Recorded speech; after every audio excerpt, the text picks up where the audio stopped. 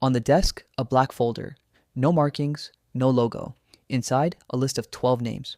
Only 3 people in the world know what it means. You are one of them. The list will be shorter by Thursday. You open your eyes at 4:53 a.m., not because of an alarm. Your body learned years ago that hesitation costs money. The room is dark except for 3 monitors mounted on the wall across from your bed. Bloomberg terminals, green and red lines pulse in silence.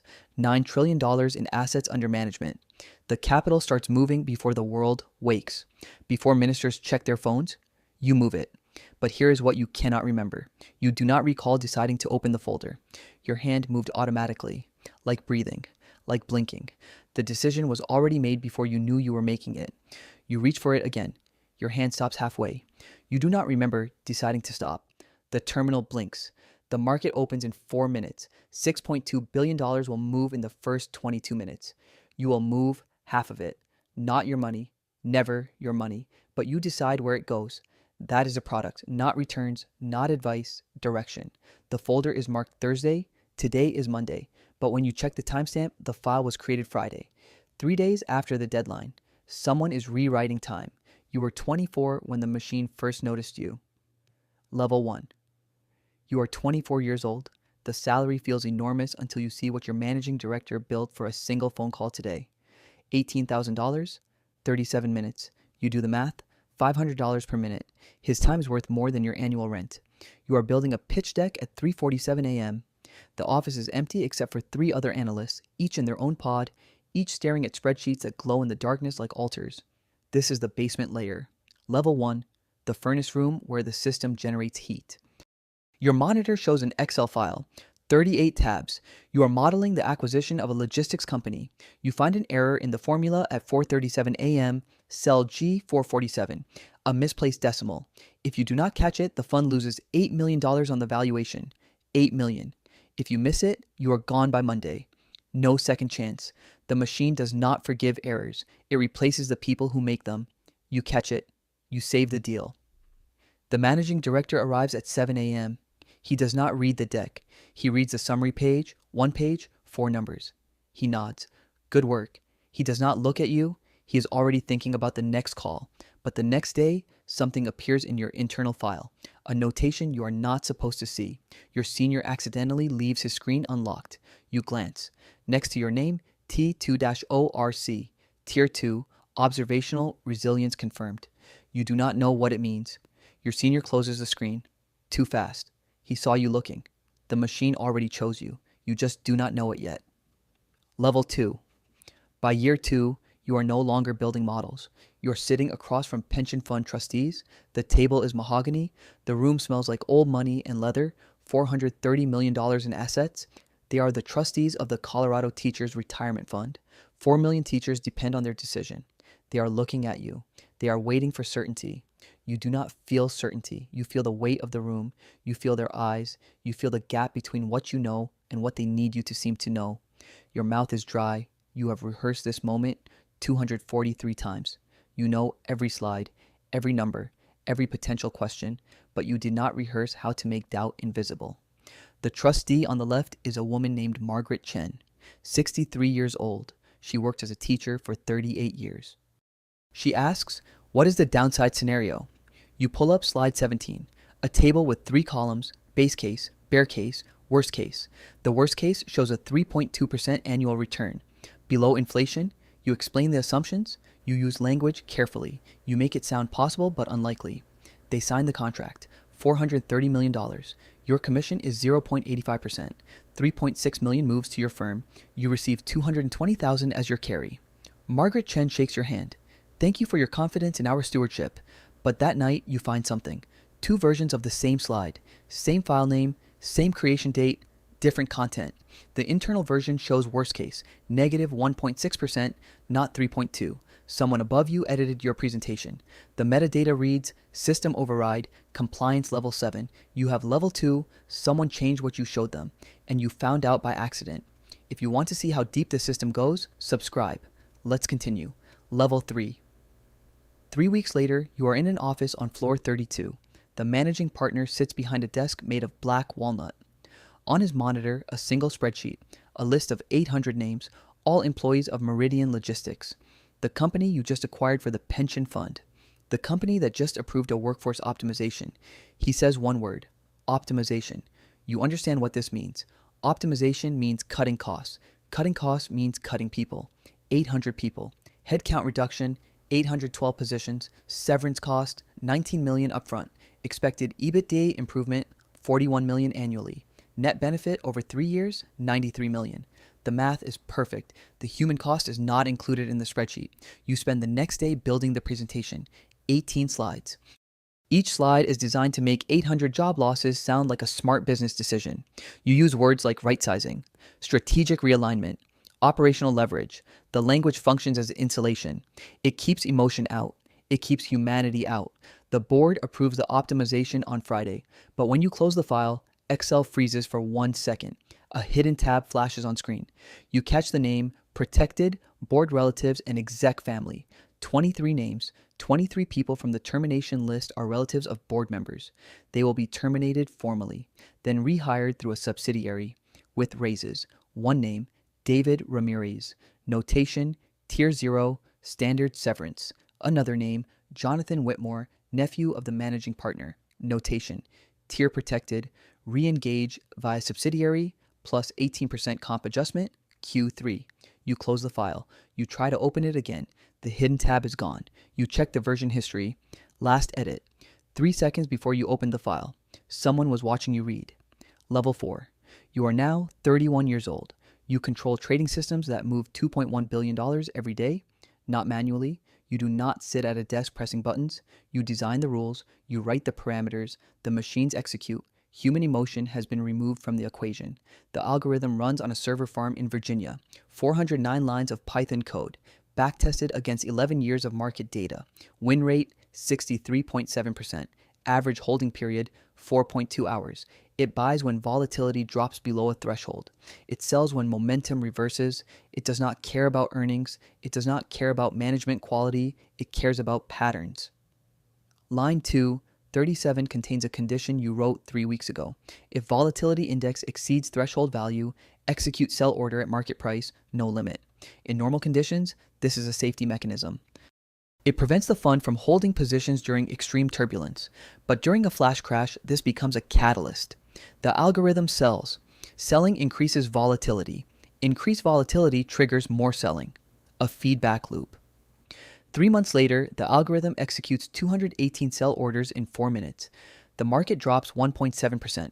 It recovers within 11 minutes. Your fund loses $41 million. The SEC opens an inquiry. You receive a subpoena. You provide the code. You provide the documentation. Everything is legal. Everything was disclosed. The inquiry closes, but you find something. The original version of your code in the old repository. Line 237 was not written by you. The commit author, anonymous, risk framework integration. Someone inserted this line into your code 3 weeks before the crash. The commit timestamp, March 14th, 0347 UTC, you were asleep. The IP address, internal company server, but not your terminal. The commit comment, volatility threshold adjustment, approved by risk oversight. You never submitted an approval request. Someone approved the change under your name. Level 5. You are 38 years old. You walk into rooms where central bank governors ask your opinion, not for advice, for calibration. They want to know how the market will interpret their next move before they make it. Your answer moves sovereign debt prices before the closing bell. The room is in Basel, Bank for International Settlements, neutral territory, 14 people in the room, 12 represent central banks, 1 represents the IMF. You represent capital. A governor from a Scandinavian central bank asks, if we were to adjust our collateral haircut framework on covered bonds, what would be the market response? You answer without hesitation. Spreads compress. Market interprets it as policy coordination, timing signals, confidence. If you announce after, momentum dilutes. You lose the narrative advantage. He thanks you. The call ends. 211 seconds. 3 days later, the announcement comes. 41 billion euros in green bonds. 2 days before the ECB meeting, spreads compress 11 basis points within 4 hours. Your fund holds 2.4 billion in European sovereign green debt. The position generates 47 million in gains. You did not break the law. You just knew which law to follow and which to ignore. You leave the room. Your phone vibrates, a text from an unknown number. You just moved 47 million. We moved 4.1 billion. Thank you for the preview. No signature. The message deletes itself. You return to the office. On your desk, an envelope. Inside, a printout of your calendar. Every meeting, every call. But the Basel meeting is missing. Someone erased it retroactively and left you the envelope so you would know they did. You realize you stopped asking why, you only ask when. Level 6. You design structures now, not investment strategies, legal structures, tax structures, architectures that allow capital to move across borders without triggering events. You work with attorneys in 3 jurisdictions: Delaware, Cayman Islands, Luxembourg. The client is a family office managing $72 billion. The chairman is a man named Garrett Whitmore, mid-50s, silver at the temples, white open-collar shirt, no tie. You design a structure. Effective tax rate drops from 38% to 4.2%.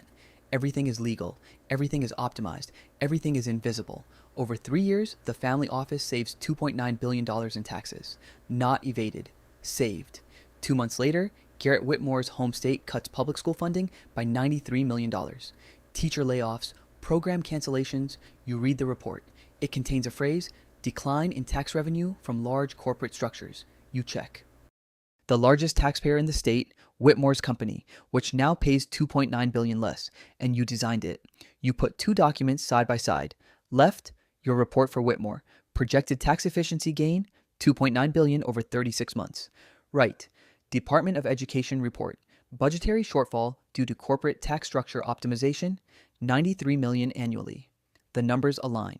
The structure is legal, but the connection is obvious. You raise this with Whitmore. He listens calmly, then says, "You think this is my fault that the state manages its budget poorly?" You stay silent. He continues, "You did the job, legally, efficiently. If the system allows it, why should I refuse?" You agree. But when he leaves, you notice a folder on his desk. Title, Educational Infrastructure Investment Fund, Board Application. You search online. Whitmore applied to create a private fund that will finance schools, the same schools that lost budget. He creates the problem, he sells the solution, and you helped him with both. Level 7. You are 45 years old. You receive calls from ministers without scheduled appointments, no recording, no transcript. 22 minutes that rearrange infrastructure allocation policy in 4 countries. You do not lobby. You explain how markets will respond. Markets respond exactly as you said. Because you are part of the market that responds, you receive a portfolio summary. 1 page, a $8,941 billion. Geographic exposure, 37 countries. Beneficiaries, 43.2 million individuals. At the bottom, in small print, systemic designation, SIFI. Regulatory oversight, multi-jurisdictional framework. You are too big to fail, but you are also too big to succeed without consequence. Every decision you make ripples. Every allocation shifts markets. But you find an internal document, title, SIFI, Contagion Simulation, Controlled Failure Scenario. Date, 6 months ago. You open it. This is a model. What happens if your firm intentionally initiates mass redemptions? Result, global liquidation spiral, losses, $4.7 trillion. Duration, 11 days. Conclusion, scenario viable for strategic market recalibration if regulatory approval obtained. Someone is modeling how to orchestrate a controlled crash, and this document was created inside your firm.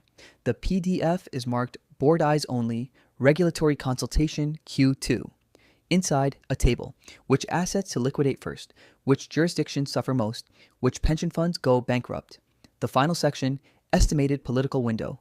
For intervention, 72 hours. Estimated legislative response, emergency nationalization, estimated compensation to shareholders, $340 billion. They are modeling bankruptcy so the state buys them out for $340 billion. The next day, you receive an email from the chief legal officer. Subject, document access audit. Text, your access to file SIFI _sim _Q2 .pdf has been logged. Please confirm purpose of review. You did not open this file through the corporate network. You downloaded it from a personal device through VPN. But they know. They track even what you do outside the system. And they are letting you know. Level 8. You are 51 years old. You do not have a title anymore. Your business card carries only your name. People who need to know who you are already know. People who do not know do not matter. But one day you find a document you were not supposed to find. Title: Tier 0 Capital, Allocation Override Protocol. Inside, a list of 7 names. Yours is not there. These are people who can overturn any of your decisions. Without explanation, without vote, you never heard of this protocol. But it exists. You check old deals. You find 3 cases where your approved decisions were quietly reversed. You did not know. Clients did not know. But someone above redirected capital, and you only learned now. A table with 3 deals. Your signature, approved, status, executed, but when you check actual money movement, funds went to a different fund, not the one you approved. At the bottom, a note, override executed under T0 protocol, board level 9 clearance. You have level 8. You are the second person in the company, but someone is higher. You raise this at a closed board meeting. Silence. Then the chairman says, this protocol exists to protect systemic stability. You do not possess sufficient context. You ask, who does? He does not answer. The meeting ends. On your way out, one director approaches. He whispers, check the company's founding documents, originals, not the public ones, the ones in the Delaware archive. Section 8, subsection C, you check. Subsection C reads, in the event of systemic threat, control transfers to the Financial Stability Committee. You search for this committee. It does not exist publicly, but in a 1988 document, it is mentioned. 3 names. You search the names. First, died 1991, car accident. Second, died 1998, heart attack. Third, died 2004, suicide. All within 2 years of retiring from the committee. All dead, but the structure is alive. You check your own retirement age, 65, you are 51, 14 years left. Somewhere in a glass tower in a city that never stops moving, a 24-year-old opens a terminal for the first time. His badge is new. It still has the faint chemical smell from the printer. His title reads, Analyst Investment Strategy Division. He thinks $142,000 is wealth. He does not know that wealth is not money. Wealth is distance from consequence. His manager sends him a file, an Excel model, 38 tabs, instructions in the email. Review the DCF assumptions and check for errors. Need this clean by tomorrow morning. He opens the file. He does not know that someone 21 years ago sat in this same building on a different floor opening the same kind of file. He does not know that the person who opened that file now moves $9 trillion before the market opens. In his file, a code already appears, T2-ORC. The machine already chose him. He just does not know. He thinks he chose this. You remember thinking the same. You close your eyes for 11 minutes before the next call. You think about the position you are holding in emerging market debt. 3.8 billion notional. The central bank announcement comes in 4 hours. If they hold rates, you make money. If they cut, you lose. You have modeled both scenarios. You have hedged the tail risk. You have done everything correct. But there is always uncertainty. Not in the math, in the world. The world does not follow models. It follows power. And power follows capital. And capital follows the people who know how to make it move without moving themselves. You open the black folder, the 12 names. You read the first. It is yours. Crossed out. Dated Thursday. Today is Monday. Someone already decided. You just have not left yet. The terminal blinks. The market opens. The machine takes another step forward. Because it was never about the money. It was about who decides. And you stopped deciding a long time ago.